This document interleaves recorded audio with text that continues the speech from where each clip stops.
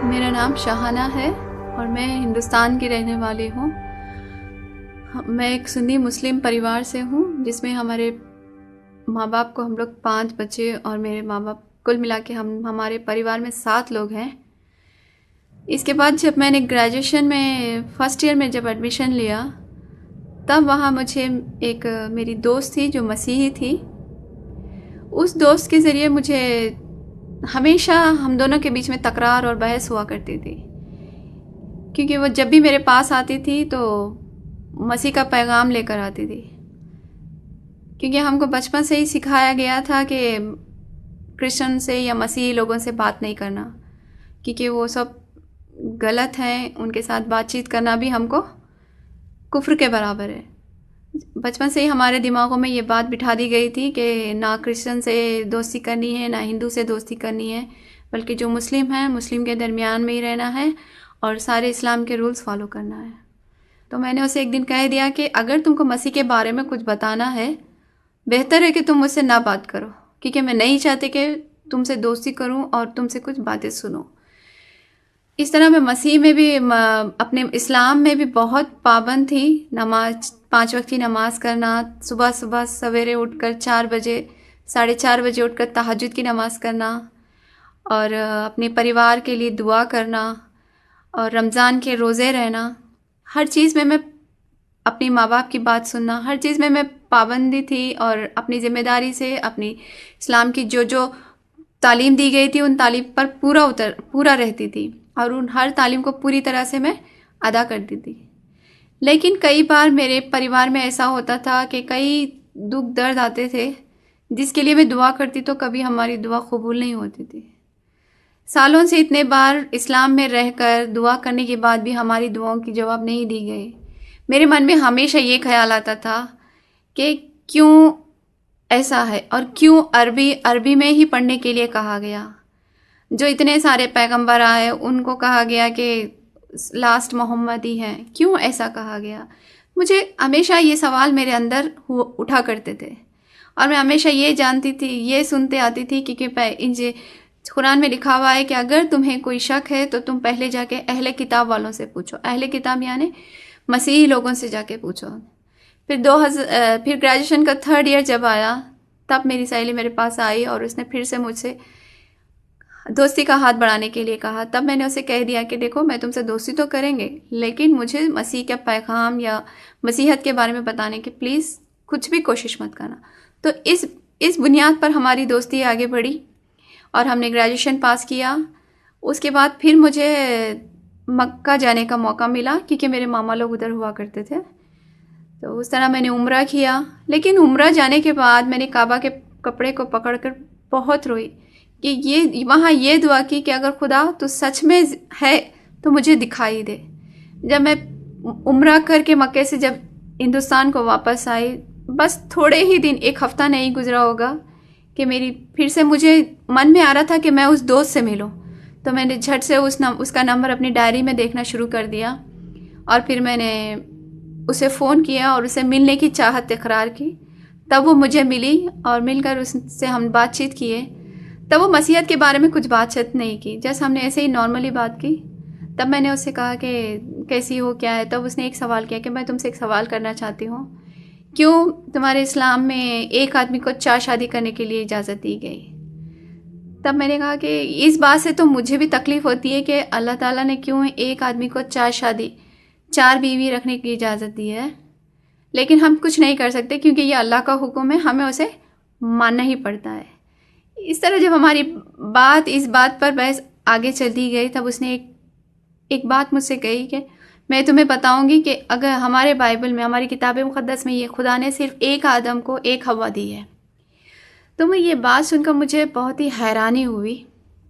मैंने कहा कि ऐसे कैसे हो सकता है, तुम्हारी किताब मुक़द्दस तो बदल दी गई है और वो अभी सही हालत में नहीं है। तो वो हंसने लगी, बोली कि देखो, तुम्हारी बरादरी से, तुम्हारी जमात से एक आदमी जो है जुनूबी हिस्से में के हैं,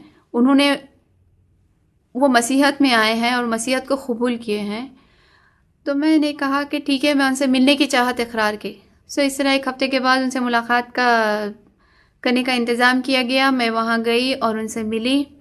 जब मैंने गई तो मुझे उनके ऊपर बहुत गुस्सा था। मैंने उन पर गुस्से का इजहार किया और कहा कि आप कैसे अच्छे इस्लाम को छोड़कर आप इस मसीहत में आ सकते हैं। तब वो बहुत हंसे और फिर उन्होंने कहा कि देखो शाहाना, हम इस बात पर गुफ्तगू करेंगे, बातचीत करेंगे। तब मैं फिर दूसरे दिन उनसे गई और मिली। तब उन्होंने मुझे जेनेसिस से, पैदाइश की जो पहली किताब है, किताब मुक़द्दस में, वहाँ से पढ़ाना शुरू किया कि खुदा ने कैसे आदम और हव्वा को बनाया, कैसे उन्होंने दुनिया बनाई, 7 दिन में कैसे दुनिया को मुकम्मल किया। इस तरह मुझे उनके पास 6 महीने लगा इस तालीम को हासिल करने के लिए। लेकिन घर में जब मेरा ग्रेजुएशन मुकम्मल हो चुका था, मेरे माँ बाप मेरी शादी करने के लिए देख रहे थे मुस्लिम में। मेरा घर से भी निकलना मुश्किल था, तो मैं अपने माँ बाप को झूठ बोलकर उनसे कहा कि मैं पार्लर कोर्स करना चाहते हैं, और हम रोज़ पार्लर जाते हैं कहकर मम्मी से जाते थे और आते थे हम यहाँ पे मसीही तालीम सीखने के लिए। 6 महीने गुजरने के बाद जब वो भी बहुत मसरूफ़ हो गए, तब उन्होंने कहा कि एक इंस्टीट्यूट है जो इसकी तालीम देता है, वहाँ तुम जाकर अच्छे से इसकी तालीम हासिल कर सकती हो। इसी तरह जब हम वहाँ गए, वहाँ तालीम हासिल की, तो मैंने देखा कि 6 महीने तक वहाँ पे मुझे कोई प्रॉब्लम नहीं हुआ। लेकिन जब इंस्टीट्यूट जाना शुरू किए, वहाँ जब जो किताबें हम मांगती थी, वहाँ फ़ातिमा बोलकर एक रहती थी। 2 लाइब्रेरियन हुआ करते थे, फ़ातिमा और वाजिद, और दोनों की शिफ्ट जॉब होती थी। जब भी हम जो भी मांगते हैं, फ़ातिमा दिया करती थी वो बुक्स, लेकिन वाजिद जो है आफ्टरनून में जब जाते तो वाजिद हमको बुक्स नहीं दिया करता था। एक दिन वाजिद ने ऐसा किया कि मेरी मुलाकात किसी मौलाना के साथ ऊपर में फ़िक्स कर दिया और मुझे कहा कि देखो आपको ऊपर मौलाना बुला रहे हैं और आप आइए। मुझे तो मालूम भी नहीं था, लेकिन फिर हम वाजिद के साथ गए। तकरीबन वहाँ पूरे 8 मौलाना बैठे थे।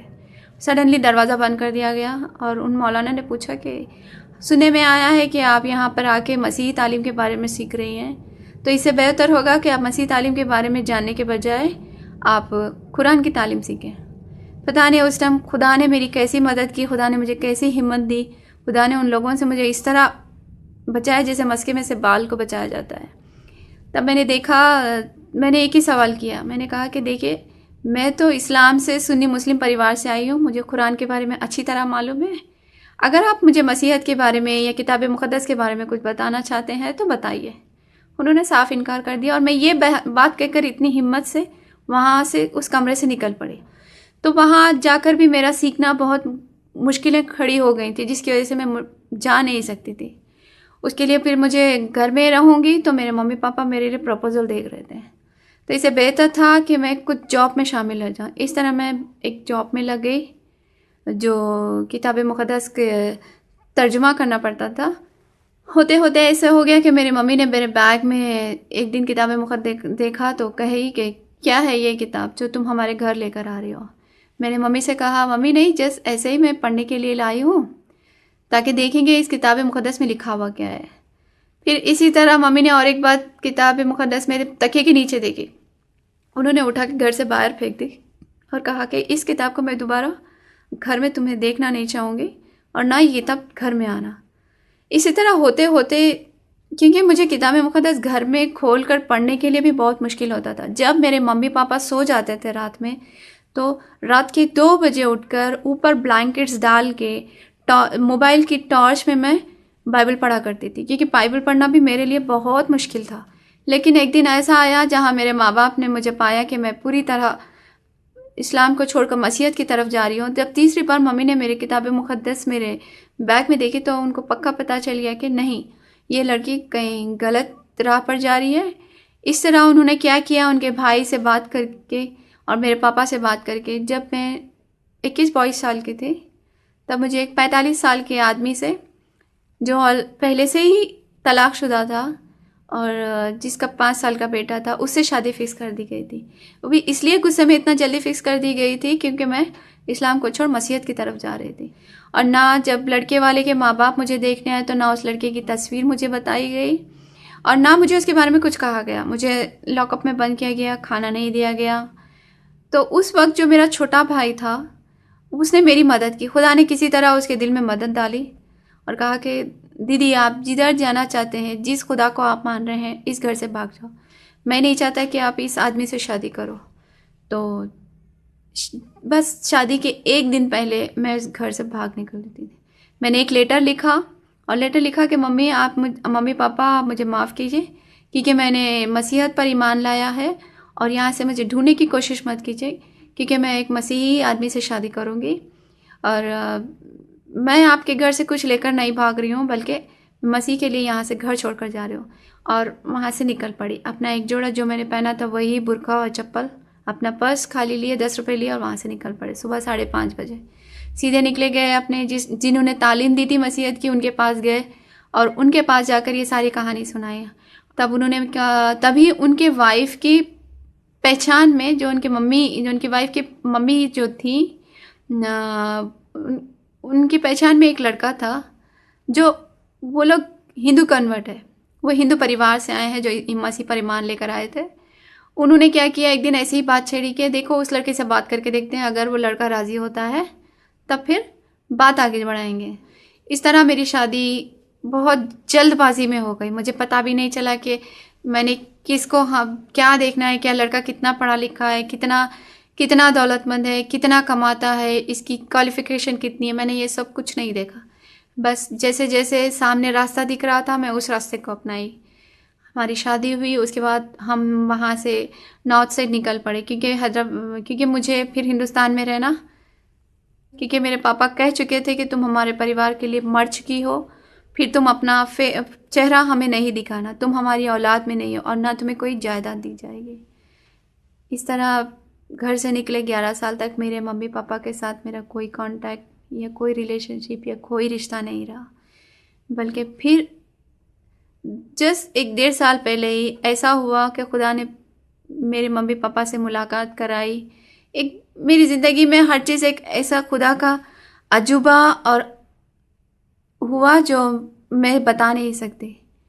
मैंने उस अजूबे को और उस मोजिज़ात को देखे हैं जो खुदा ने मेरी ज़िंदगी में किए।